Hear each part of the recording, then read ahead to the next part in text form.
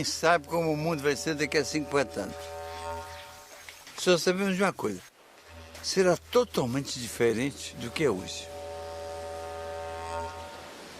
Alguém podia imaginar, quando acabou a guerra, que o mundo ia mudar tanto? É uma reinvenção do mundo que o desenvolvimento está fazendo. Então, a coisa mais importante para os brasileiros, presta atenção, o mais importante é inventar o Brasil que nós queremos. Surgimos da confluência, do entrechoque, do caldeamento do invasor português com índios silvícolas e com negros africanos. Somos uma cultura sincrética, um povo novo que, apesar de fruto da fusão de matrizes diferenciadas, se comporta como uma só gente, sem se apegar a nenhum passado. Estamos abertos para o futuro. Sabes que vou partir com os olhos rasos d'água e o coração ferido quando lembrar de ti. Antes do Brasil existir, como é que era o mundo? O Brasil nasce sob o signo da utopia. A terra sem mares, a morada de Deus.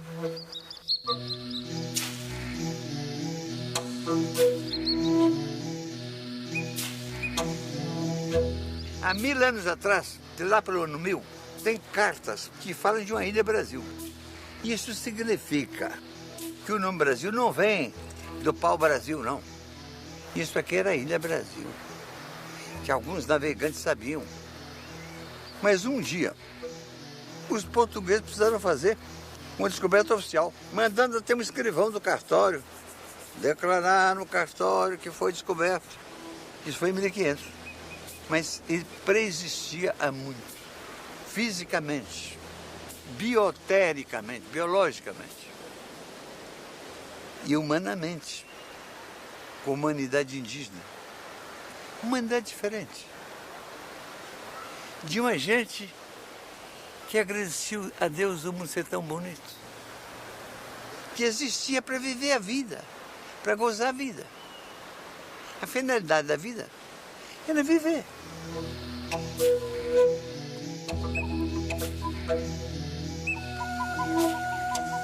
Os Brasis, como eram chamados os nossos antepassados indígenas, costumam ser classificados de acordo com a língua. Em 1500, poderiam totalizar entre 1 e 8 milhões de pessoas, distribuindo-se da Foz do Oiapoque ao sistema fluvial Paraná, Paraguai e Uruguai.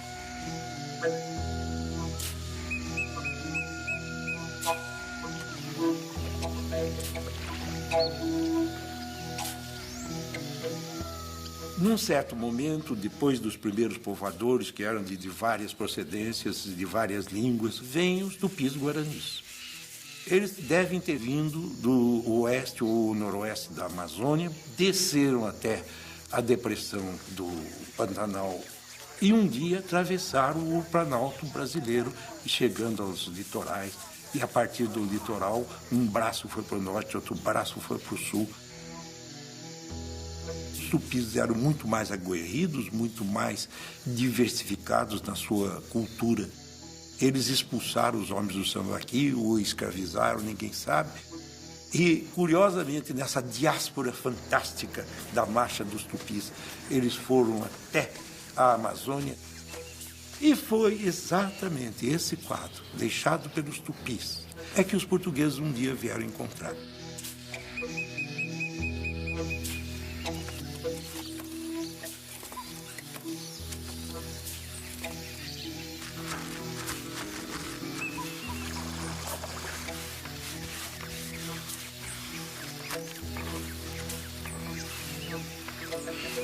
Assim esses povos existiram por séculos. Chegaram a conhecer a natureza em detalhe. Sabiam o nome de cada bichinho, de cada planta. E sabiam para que servia ou não servia. Viveram aqui por menos de 10.000 anos, comungando com a natureza. Tiraram da natureza dezenas de plantas selvagens e domesticaram, ajeitaram, para poder plantar na roça tudo junto.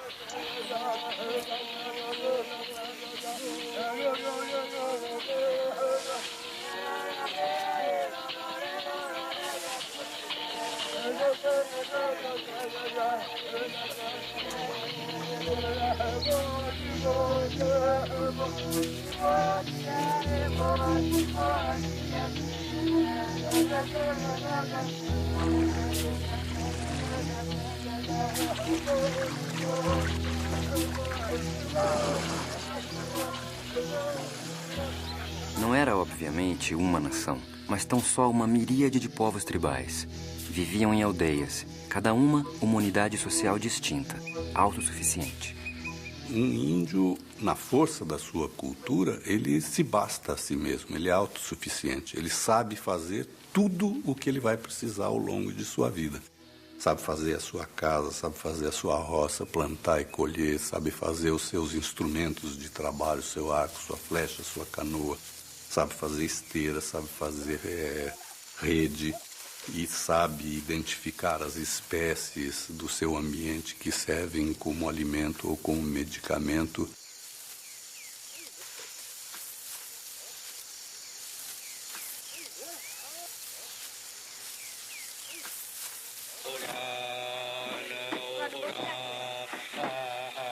Os tupinambás, povo que entrou em contato mais direto com os europeus, eram brasis que se dedicavam, antes de mais nada, à guerra e à festa.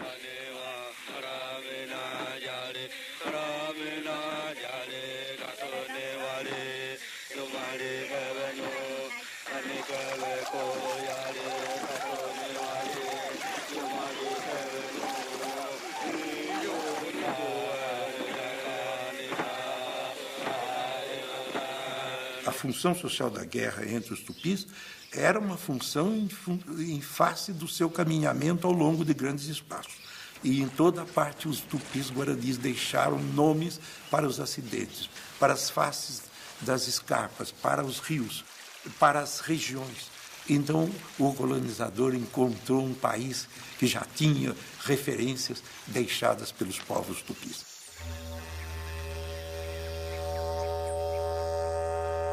Acreditando na vida após a morte, divisavam um paraíso, o Guajupiá, um jardim de sapucaias, todo feito de cantos e danças. Para um índio não existe muita diferença entre a realidade acordada e a realidade do sonho. O parto, o mundo dos espíritos, os pássaros, tudo está entrelaçado, não é? Quer dizer, tem um espírito em cada coisa, um espírito na hora da colheita, um espírito na hora do plantio, um espírito que mora no fundo das águas e rouba a alma das pessoas, um outro espírito que perturba, o espírito do tatu, o espírito disso, do macaco.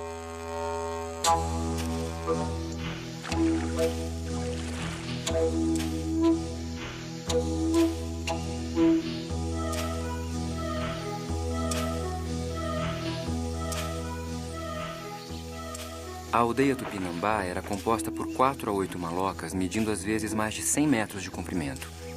Em apenas uma maloca, podiam morar até 600 pessoas.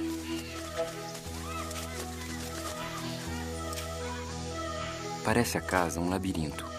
Uns cantam, outros choram, outros fazem farinhas e bebidas. Porém, é tanta a conformidade entre eles que em todo ano não há uma só peleja. E com não terem nada fechado, não há furtos. Se fora outra qualquer nação, não poderiam viver da maneira que vivem.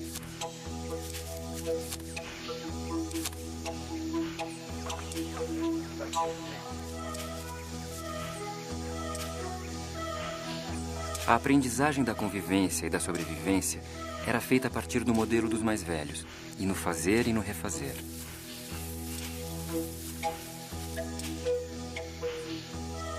A autoridade, exercida pelos morubixabas, sustentava-se nas atuações carismáticas e no comércio de pequenas dádivas e favores.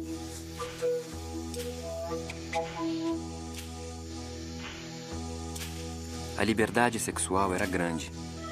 É certo que o adultério feminino podia acabar em espancamento, mas o fim do casamento, por iniciativa do homem ou da mulher, era simples e sumário.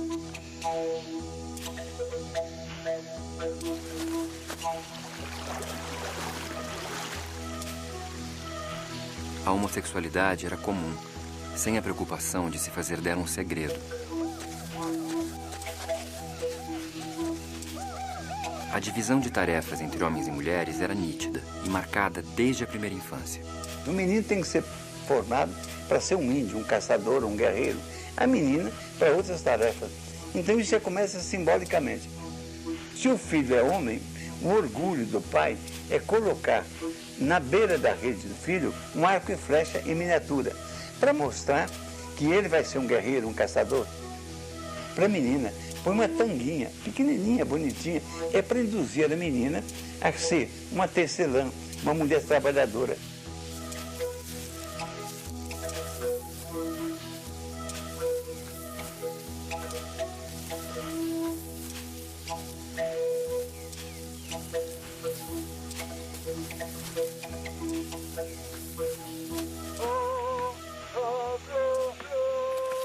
As mulheres cuidavam da roça, do preparo da comida e do cauim, o vinho que animava as festas tupi.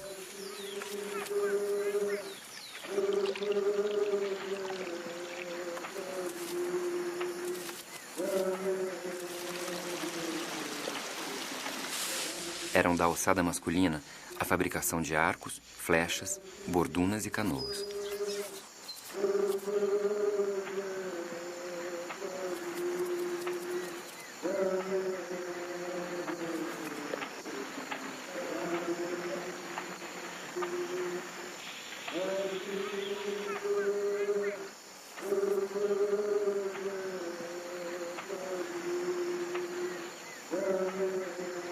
Entre os indígenas, nunca houve uma delimitação clara entre trabalho e arte. Essa coisa eu encontrei entre os índios.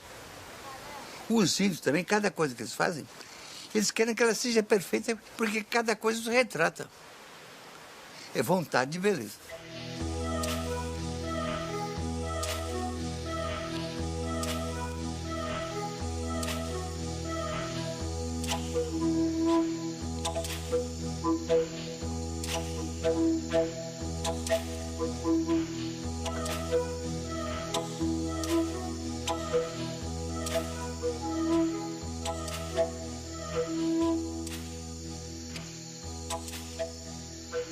Há poucas coisas mais resistentes que uma etnia, do que a identidade de um povo. Há muito pouca coisa. Mais que aço, mais que qualquer bobagem. Material é duro. Uma etnia é dura. Se o pai pode criar os filhos, se o filho se cria na tradição dos pais, na língua dos pais, ele permanece sendo ele. Por quê? 4.000 anos que os ciganos são ciganos. Ou que o judeu é judeu. Por quê? Por uma identificação íntima, secreta, lá dentro. Ele sente que é judeu. E esta é a convicção que faz dele um judeu. É a mesma convicção que faz dos índios índios.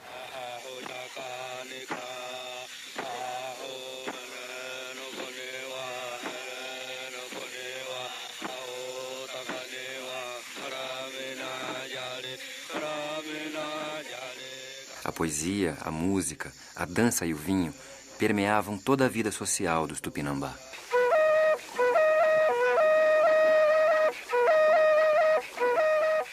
Mas a mais honrada atividade dos Tupinambá era a guerra. Entre eles, a convivência era pacífica e amigável. Com seus inimigos eram implacáveis. Havia uma ética na guerra. Se um inimigo caía em poder de alguém, aquele que o aprisionava batia-lhe com a mão no ombro, dizendo-lhe: "Faço-te meu escravo." Fugir? Nem pensar. O prisioneiro Tupinambá está preparado para ser devorado fisicamente, mas não moralmente pelo estigma da covardia. Suas técnicas bélicas surpreendem até hoje.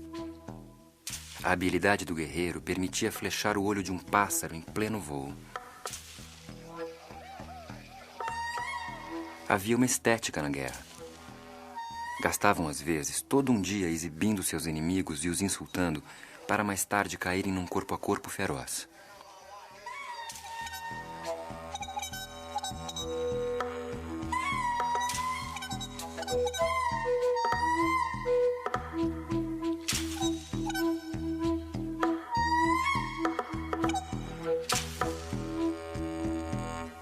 mar se fazia guerra também. As flotilhas tupi eram compostas de 100 ou 120 canoas. Em poucos dias, era possível irem de Bertioga à Baía de Guanabara. Os prisioneiros que os tupi faziam em suas guerras eram sacrificados e comidos. Era o momento máximo da vida da aldeia, a sua grande festa. O prisioneiro é levado à aldeia de seu amo. As mulheres e crianças é que primeiro gritam, saltam, dançam e batem-lhe. Cobrem seu corpo com cinzas, raspam suas sobrancelhas. Prendem-no e dão-lhe uma índia para o seu serviço, inclusive o sexual. Tudo pronto, é marcado o dia da festa. Os índios levam consigo o prisioneiro, de sorte que bebam e se divirtam juntos.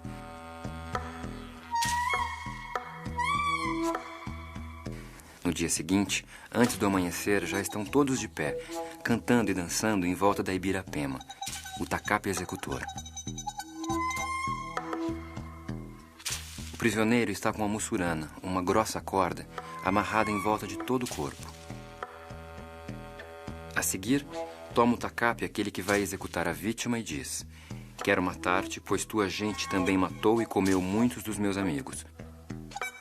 Responde-lhe o prisioneiro: quando estiver morto, terei ainda muitos amigos que saberão vingar-me. Depois, golpeia o prisioneiro na nuca, de modo que lhe saltam os miolos, e imediatamente levam as mulheres o morto para o fogo. Raspam-lhe a pele e tapam-lhe o ânus com um pau. A esposa provisória do prisioneiro chora um choro ritual. O corpo é cortado em pedaços e assado. As vísceras são dadas às mulheres, que as fervem e com o caldo fazem uma papa, que chamam mingau.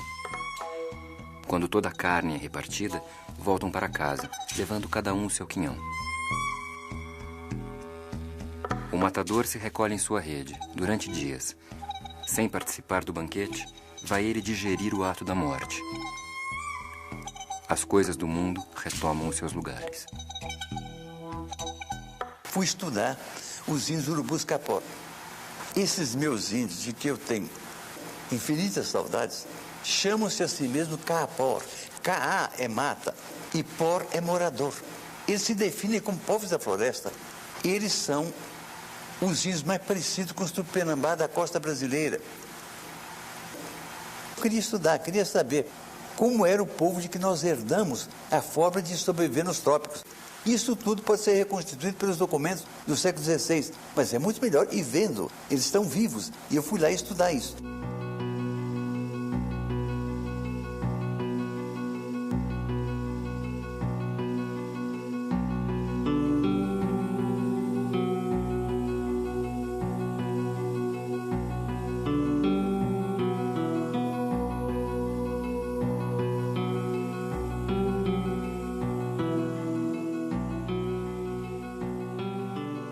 Os grupos indígenas brasileiros têm muitas diferenças de língua, de origem, mas há muitas coisas em comum entre eles. Cada um tem a sua roça, cada um tem a sua casa, mas ninguém é dono da terra. A terra é um bem comum daquela aldeia.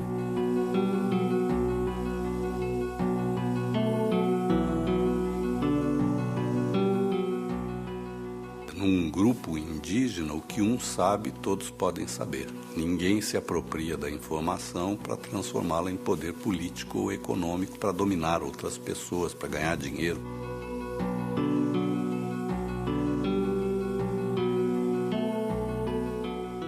Num grupo indígena, o chefe é o representante da tradição, da experiência, da cultura daquele povo, é o grande mediador. Mas ele não dá ordens a ninguém. Um chefe índio não dá ordem. Um índio ia achar muito engraçado se outro índio desse uma ordem para ele.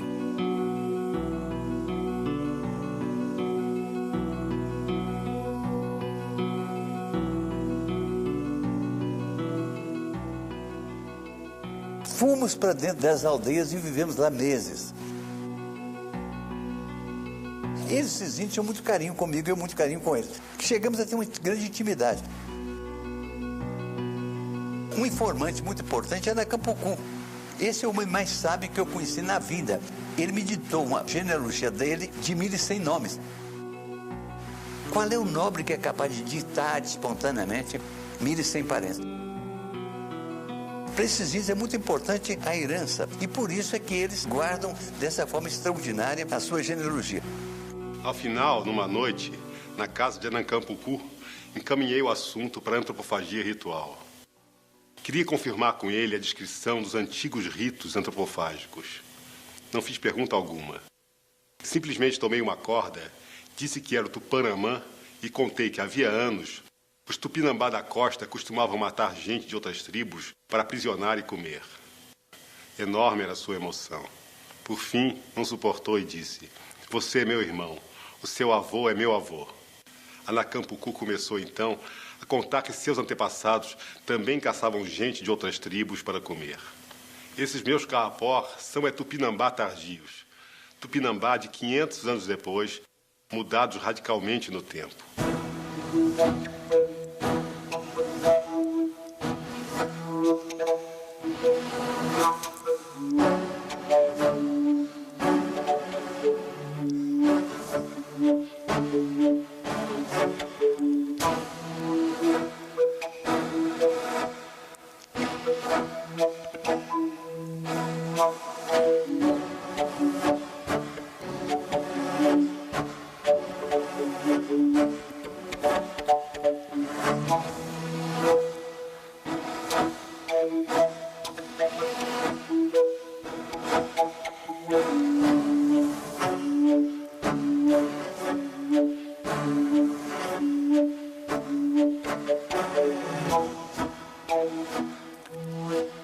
Herdamos dos índios um vasto e complexo arsenal de técnicas para sobreviver e se deslocar nesse imenso território.